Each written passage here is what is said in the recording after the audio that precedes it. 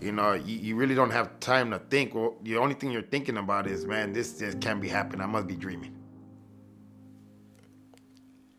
I wish I could tell you exactly what happened. I can't, still to this day. But I was accused of the crime. I was convicted of the crime, and that's all I can say.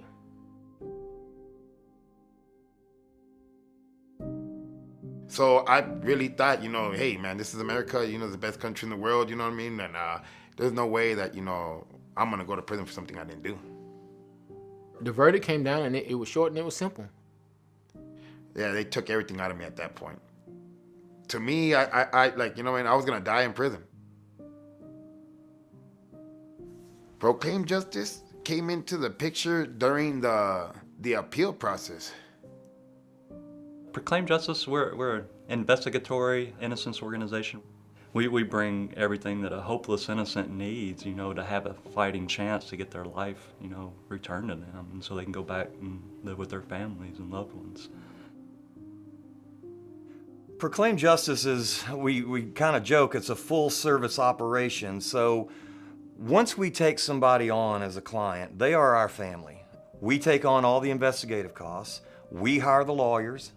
We pay for all the evidence testing. We pay for all the expert witnesses. We pay for all the material production. We pay for everything.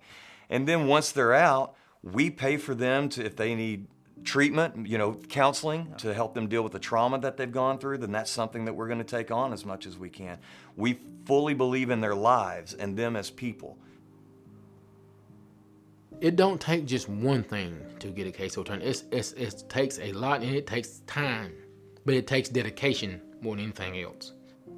The investigation takes a lot of money, and somebody wants to spend the time to look and stuff to do it right. And sometimes it's just downright dangerous, but they did it. When I found out that I was getting a new trial, it was one of those things where it's a feeling that you think you're never going to get in. I thought I'd fall out the chair.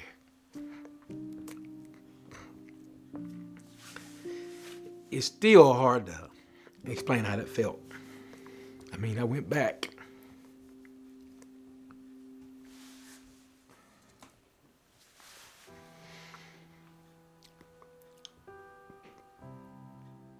Patrick put part of his life on hold to do this. John Proclaim did the same thing. But there were people all along the way who did this, who did that. Even if it was just keep me propped up emotionally, it was just, there's not a feeling to explain it. We, the jury, find the defendant Daniel Villegas not guilty of... When he actually says not guilty, that's when it just took everything out of me. I couldn't stand no more, and I just dropped. Like all that whole year, all that year that I was in prison, like everything, man, that was just, you know, all there, it just unraveled at that point right there. And I couldn't stand, I just fell down.